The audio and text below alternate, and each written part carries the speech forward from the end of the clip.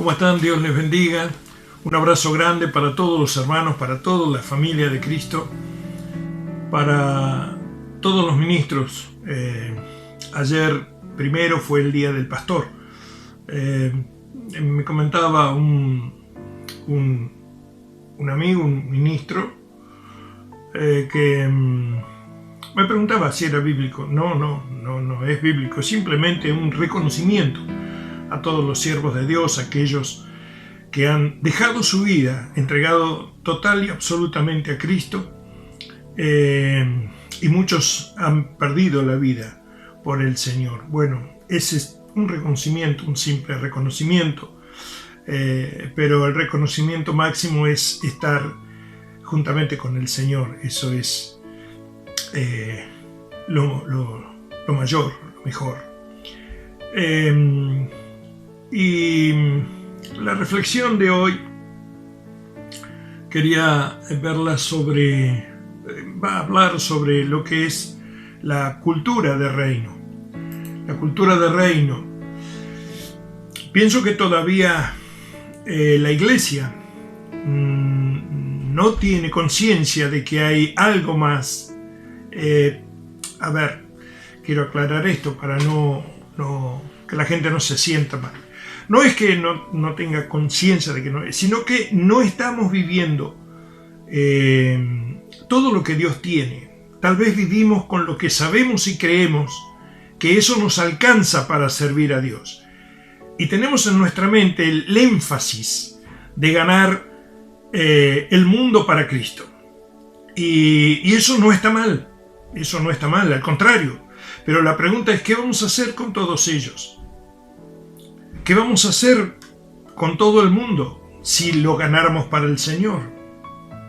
Es decir, me preocupa que solamente pensemos en predicar a la gente y levantar templos, aunque eso está bien, repito. Pero el punto es que tenemos que traerla para prepararla, instruirla, formarla, entrenarla y enviarla, posicionarla en los lugares claves donde Dios determina, donde realmente hace falta sacar de la zona de comodidad para llevarlos a la zona de necesidad. Porque legalmente somos hijos, pero vivencialmente vivimos como huérfanos, la verdad. Entonces, hay mucho más que Dios requiere de nosotros. Mire, voy a ser un poco atrevido al decir esto, pero en la mente de Dios nunca estuvo la idea de centralizarlo todo en un templo. Nunca.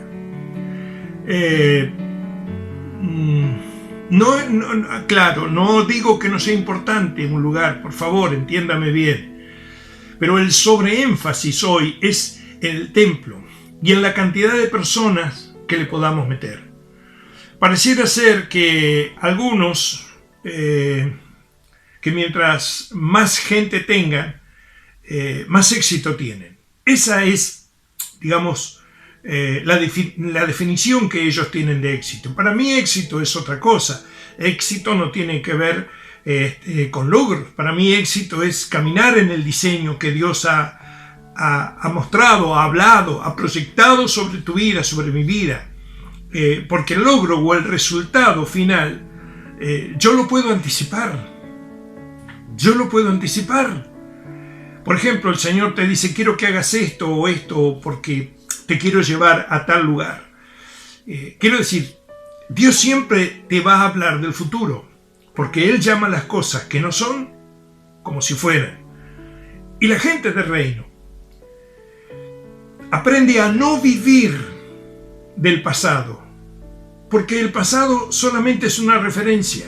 Nosotros somos constructores del futuro, no lamentadores de pasado. Nosotros nos resucitamos muertos. Mire, hermano, aquel culto estuvo tan bueno. ¿Cuándo fue? Hace 14 años atrás. Nunca me voy a olvidar. Mire, la historia es buena. Es bueno el pasado, siempre que sea una referencia. No que el pasado se convierta en algo que me detenga, se convierta en un ancla, porque no lo he podido reproducir. Cuando Dios habla, Él habla proféticamente. Él te habla de lo que va a suceder y a dónde te va a llevar. Entonces, si yo sigo, si yo camino en su trazo, si yo sigo en su trazo, si soy obediente a lo que Él dijo, si yo me apego a sus diseños, si yo camino sobre su palabra, no le cambio nada, yo sé cuál es el resultado final. Entonces yo puedo celebrar antes de llegar, aunque esté viviendo en proceso, aunque esté viviendo en circunstancias. Mire, esto tiene que convertirse en una dinámica de vida en nosotros. ¿A dónde quiero llegar? A su mente. Y, por supuesto, la mía. ¿Por qué? Porque es en la mente donde tenemos que cambiar. Tenemos que cambiar conceptos, tenemos que cambiar paradigmas, fortalezas que todavía están. Si logramos desarrollar esa mentalidad, y es una constante en nuestra vida, nadie nos puede parar, nadie nos detiene. Si yo puedo crear una mentalidad de expectativa basado en lo que Dios me dijo y caminar sobre eso, eso no me garantiza de que no tendré problemas, pero sí me garantiza que voy a cruzar al otro lado. Mire, no hay gente más segura que aquella que sabe para dónde va. Si queremos establecer una diferencia con el mundo, es esa. Porque ahí afuera hay una incertidumbre. Usted se da cuenta cómo estamos viviendo, cómo está el país, cómo está el mundo. Tenemos una crisis terrible. Mire bien el planeta. Hay una crisis de liderazgo tremenda. No hay credibilidad en ningún líder. Ningún líder es creíble. No importa, no sé, la raza, no importa. Hoy en el mundo hay una crisis de liderazgo. Y si los líderes están inciertos, más incierto está la gente que ellos dirigen. Porque ahí es donde la iglesia tiene que comenzar a alumbrar. Ahí es donde usted y yo tenemos la gran oportunidad. Nuestra mente, tenemos que cambiar nuestra mente, porque el mundo está buscando un modelo social. La Biblia me enseña cuál es. Entonces, usted y yo somos parte de un propósito y de un diseño. Si el plan de Dios es bendecir las familias, tenemos que modelar la familia y no permitir todo lo que viene apuntando el sistema. Porque si hay familia, hay cultura. Porque en el seno de la familia se forja la cultura. Y si hay cultura, hay tejido social. Y si hay tejido social, hay economía de reino. Cuando hablo de economía de reino, no estoy hablando de dinero. La economía de reino es la canalización correcta de los recursos. Y no estoy hablando de recursos de dinero. Usted y yo somos un recurso. Somos el gran recurso del reino para establecer el reino hacia afuera. Entonces, economía de reino tiene que ver con canalizar los recursos del reino. Ustedes, nosotros. Si hay economía de reino, hay cultura. Entonces, hay gobierno. Y el gobierno al estilo de la Biblia y no al estilo de Babilonia. El gobierno y el reino al estilo de la Biblia, no al estilo de Babilonia. La palabra hebrea para gobierno tiene que ver con guiar. Guiar.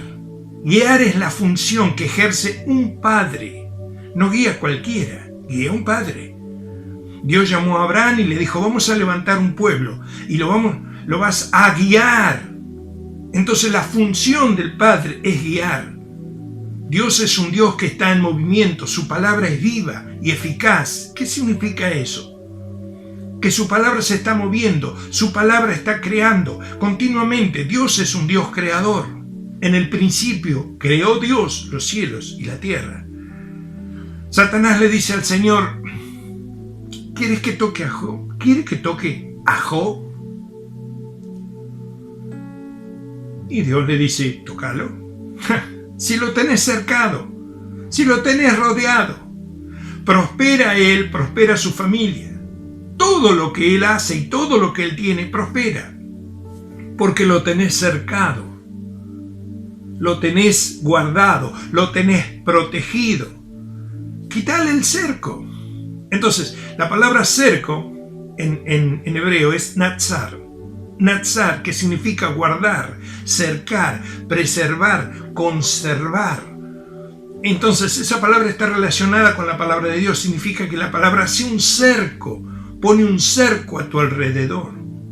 Dios está en movimiento, su palabra está creando. Es un padre construyendo un diseño. Por eso que la tendencia nuestra es limitar el mover de Dios, porque obedecemos al énfasis. Eso es terrible.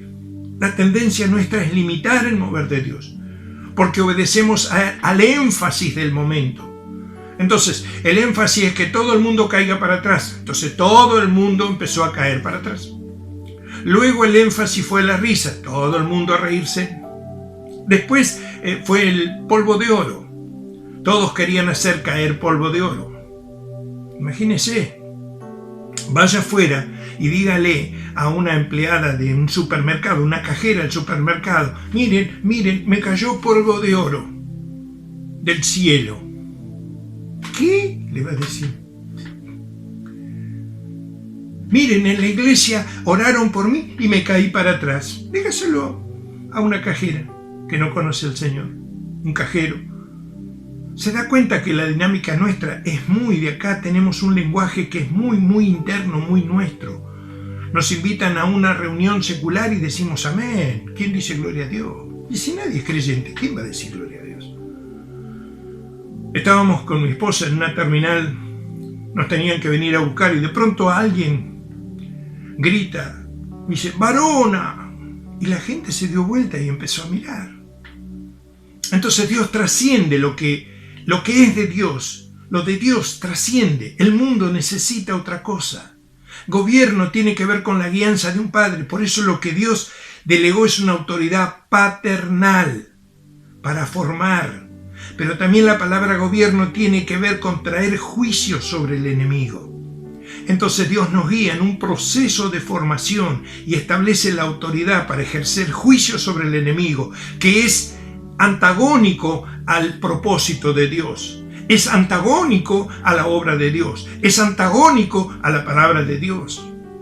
El pensamiento de Dios, se lo digo como yo lo entiendo, el pensamiento de Dios es que ese tejido envuelve a las naciones. Estuve hablando sobre eso, muy poco.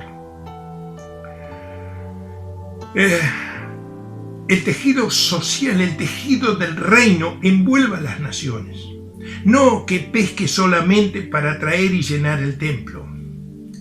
Es que ese tejido se extienda a través de una forma de pensar que defina el tejido del reino, defina un estilo de vida en todas las naciones. Usted está vinculado a un reino que está descendiendo con su gobierno, con su dinámica, un reino que está siendo establecido para transformar nuestra sociedad, para afectar nuestra sociedad, para afectar la atmósfera, el ambiente de nuestra sociedad. Imagínese, ¿cuánto tiempo nos falta? No sé si mucho o poco, pero sí sé que este tiempo es el tiempo en el cual nosotros tenemos que alumbrar. Vamos a seguir con este tema si el Señor lo permite. Dios los bendiga.